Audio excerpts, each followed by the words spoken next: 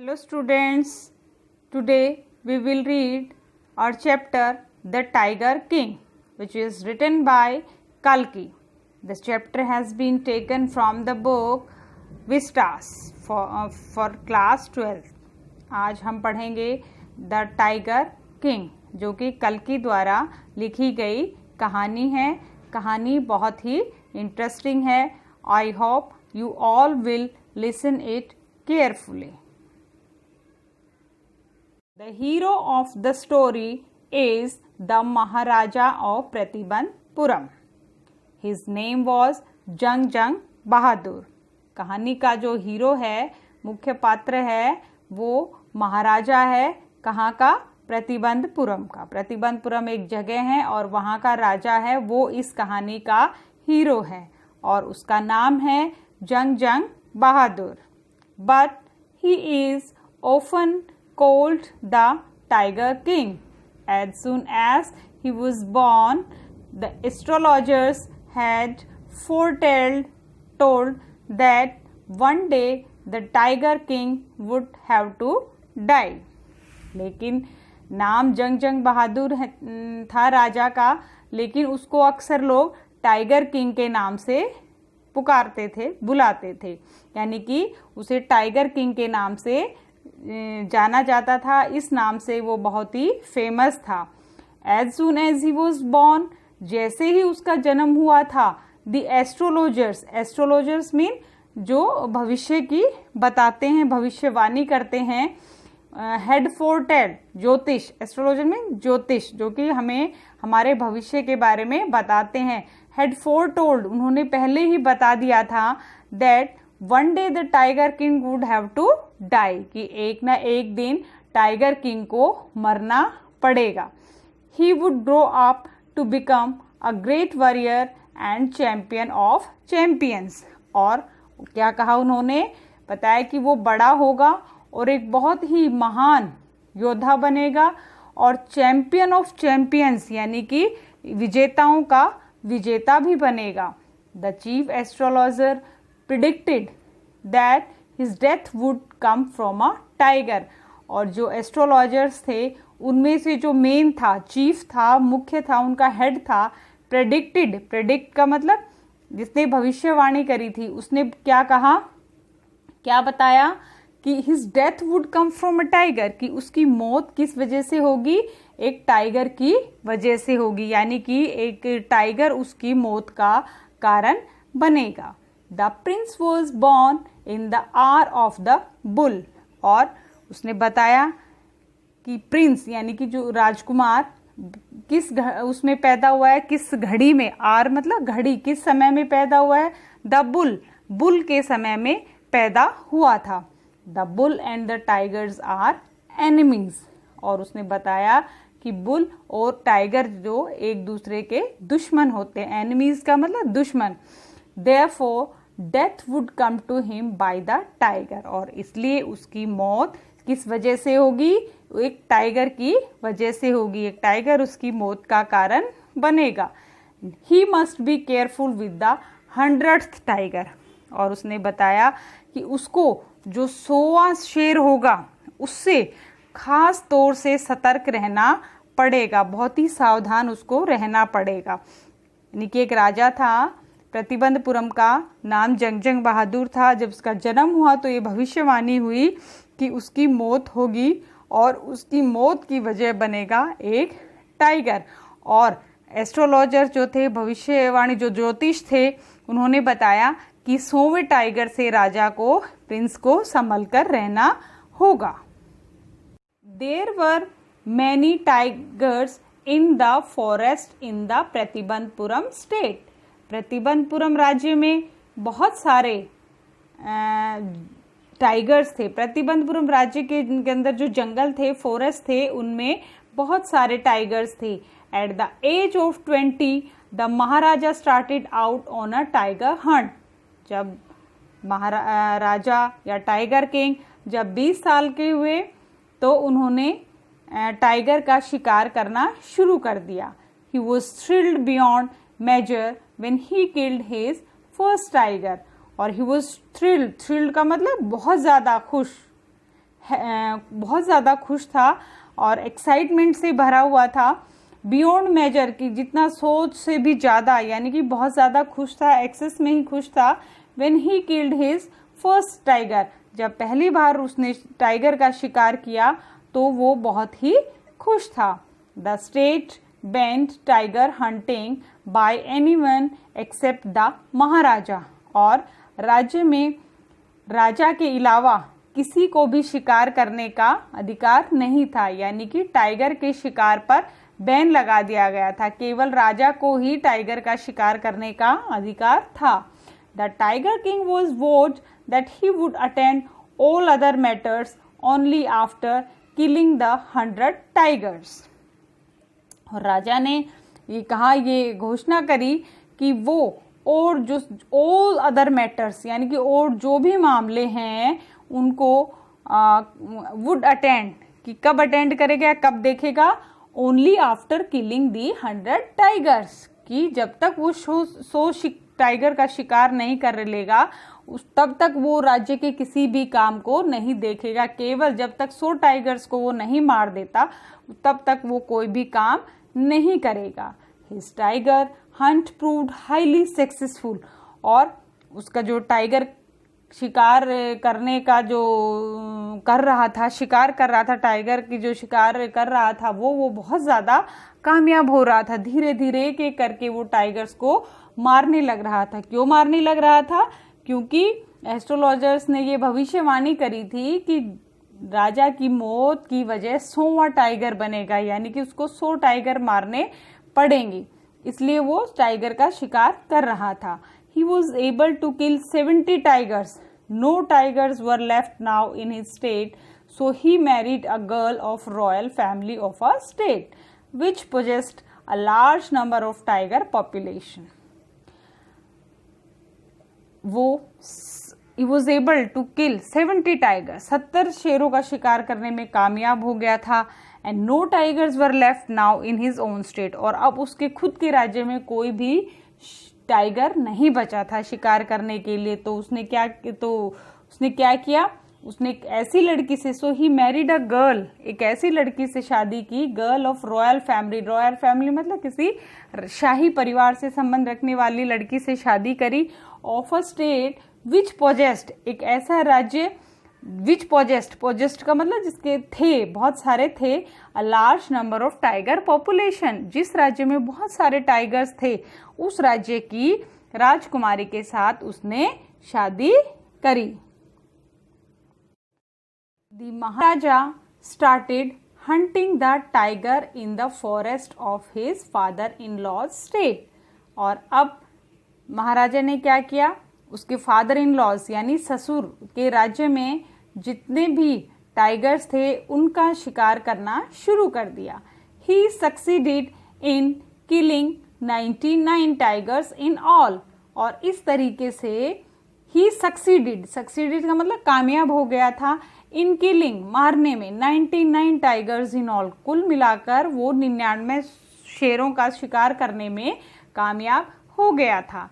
His anxiety reached a fever pitch where there remained just one tiger to achieve his tally of 100। और उसकी anxiety means उसकी चिंता reached a fever pitch की बहुत ज़्यादा बढ़ गई थी। where there, जहाँ, remained just one tiger, क्योंकि सिर्फ एक शेर का शिकार करना बचा था और अब उसकी चिंता बहुत ज़्यादा बढ़ गई थी। To achieve his tally of 100, यानी कि 100वें टाइगर का शिकार करने में सिर्फ एक शिकार बाकी था। He tried his best to locate a tiger to hunt. He tried, कोशिश करी, हिज बेस्ट, बहुत कोशिश करी, to locate a tiger to hunt, कि एक टाइगर किसी तरीके से उसको मिल जाए। But it seemed impossible to find the 100th tiger. लेकिन ये लग रहा था कि ये असंभव है कि उसको 100वां टाइगर मिलेगा, यानी कि 100वां टाइगर मिलना बड़ा ही मुश्किल हो रहा था। The tiger was the king was very angry, और राजा बहुत ही गुस्से में था। The dewan had to arrange for a tiger from the People's Park in Madras.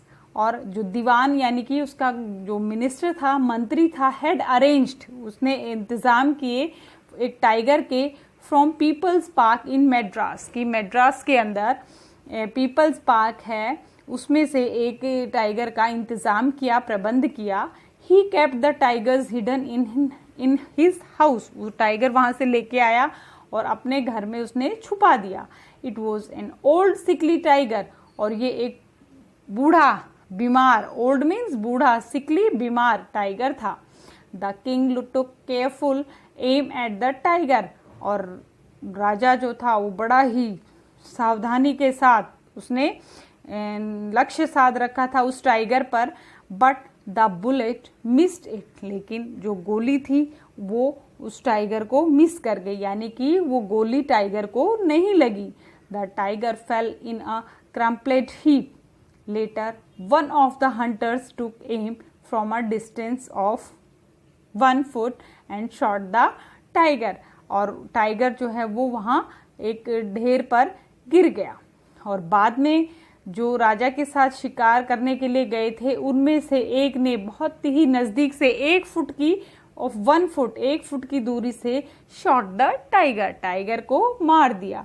There were great celebration, और बहुत ज़्यादा उत्साह था, सेलिब्रेशन हो रहा था।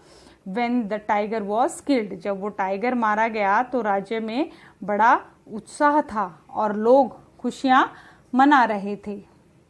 और इस प्रकार से हम देखते हैं कि राजा ने 100वें टाइगर का शिकार कर लिया था, लेकिन वास्तव में उस 100वें टाइगर का शिकार राजा की गोली से नहीं हुआ था, बल्कि उसके साथ शिकार करने जो उसके साथ में गए थे उनमें से किसी ने किया था। Few days later, the Maharaja's son's 3rd birthday was celebrated, और कुछ समय बाद महाराजा का बेटा था, उसका 3रा जन्मदिन था और मनाया जा रहा था, सेलिब्रेशन चल रहा था उसका। He got a wooden tiger as a birthday present for his son, और राजा ने अपने बेटे को एक लकड़ी का टाइगर गिफ्ट के तौर पर, प्रेजेंट के तौर पर, उपहार के तौर पर अपने बेटे को दिया।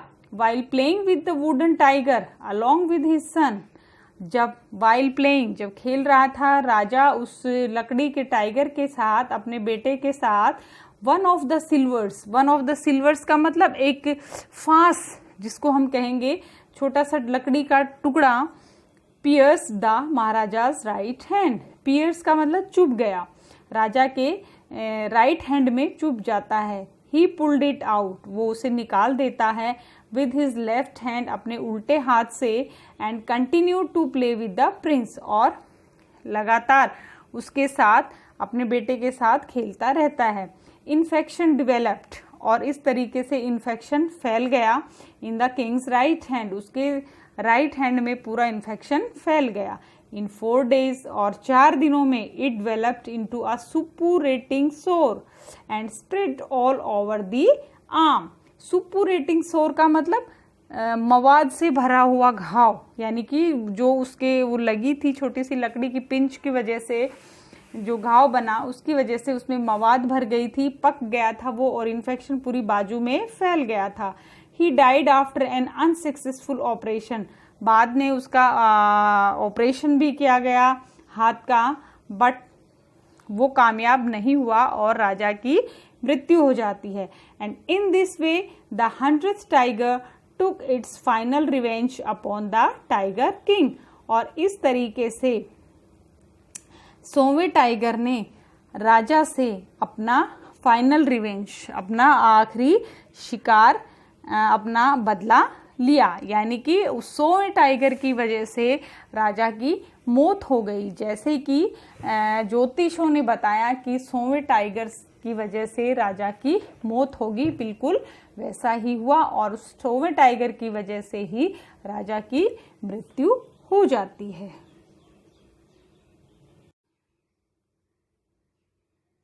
First of all, I would like to tell you about the theme of the story.